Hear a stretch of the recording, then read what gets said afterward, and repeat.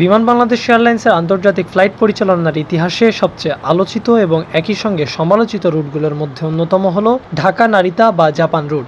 একটি লাভজনক এবং মর্যাদাপূর্ণ আন্তর্জাতিক রুট পরিচালনার বিশাল স্বপ্ন নিয়ে যে গন্তব্যের সূচনা হয়েছিল তা বারবার পরিণত হয়েছে চরম আর্থিক লোকসানের এক তিক্ত অভিজ্ঞতায়। বিপুল পরিমাণ আর্থিক ক্ষতির কারণে যে রুটটি এর আগে দুইবার পুরোপুরি বন্ধ করে দিতে বাধ্য হয়েছিল কর্তৃপক্ষ, সেই একই রুটে আবারও নতুন করে ফ্লাইট চালুর এক সাহসী এবং ঝুঁকিপূর্ণ সিদ্ধান্ত গ্রহণ করেছে বিমান। জাতীয় পতাকাবাহী সংস্থার এই অভাবনীয় সিদ্ধান্তে দেশের এভিয়েশন সেক্টরে নতুন করে ব্যাপক চাঞ্চল্যের সৃষ্টি হয়েছে। সবার মনে এখন প্রশ্ন, অতীতের সব বিশাল লোকসানের রেকর্ড ভেঙে ঢাকা নারিতা ফ্লাইট কি এবার সত্যিই লাভের মুখ দেখবে, নাকি আবারও সেই পুরনো ব্যর্থ ইতিহাসেরই পুনরাবৃত্তি ঘটবে?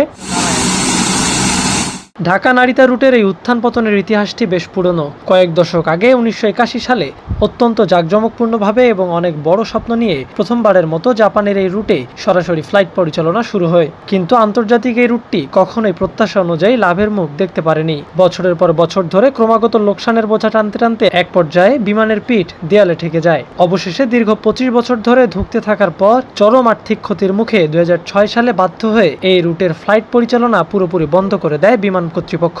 একটি জাতীয় পতাকাবাহী সংস্থার জন্য এত দীর্ঘ সময় ধরে পরিচালিত একটি অত্যন্ত গুরুত্বপূর্ণ আন্তর্জাতিক রুট বন্ধ করে দেওয়াটা ছিল দেশের এভিয়েশন খাতের জন্য একটি বড় ধরনের ধাক্কা। 2006 সালে বন্ধ হয়ে যাওয়ার পর দীর্ঘ 17 বছর এই রুটে বিমানের আর কোনো ফ্লাইট চলেনি।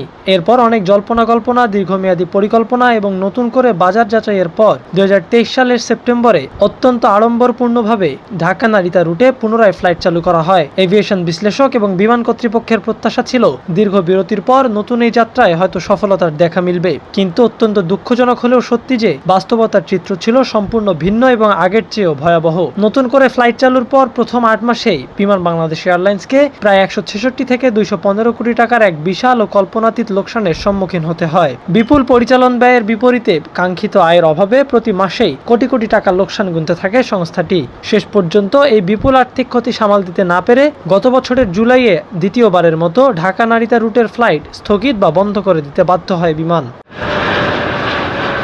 দুইবার বিশাল লোকসান এবং চূড়ান্ত ব্যর্থতার পর অনেকেই ভেবেছিলেন ঢাকা নারিতা অধ্যায়ের হয়তো চিরতরে সমাপ্তি ঘটেছে। কিন্তু সবাইকে অবাক করে দিয়ে দেশের এভিয়েশন খাতে আবারও এই রুটটি নিয়ে নতুন করে আলোচনা শুরু হয়েছে। সম্প্রতি বিমানমন্ত্রী জানান, আগামী 27 জুলাইয়ের মধ্যে এই লোকসানি রুটে আবারও নতুন করে ফ্লাইট চালুর চূড়ান্ত সিদ্ধান্ত গ্রহণ করা হয়েছে। অর্থাৎ গত বছর জুলাইয়ে বন্ধ হওয়ার ঠিক 1 বছর পর আবারও জাপানের আকাশে ডানা মেলতে যাচ্ছে বিমান বাংলাদেশ এয়ারলাইন্সের উড়োজাহাজ। সরকারের উচ্চ পর্যায় থেকে এই সিদ্ধান্ত নেওয়ার পর স্বাভাবিকভাবে এভিয়েশন মহলে মিশ্র প্রতিক্রিয়া সৃষ্টি হয়েছে। যে রুটটি চরম লোকসানের কারণে বন্ধ করে দেওয়া হলো, সেই রুটে পুনরায় ফ্লাইট চালু করার পেছনে কি ধরনের নতুন ব্যবসায়িক কৌশল কাজ করছে তা নিয়ে চলছে বিস্তর আলোচনা ও পর্যালোচনা।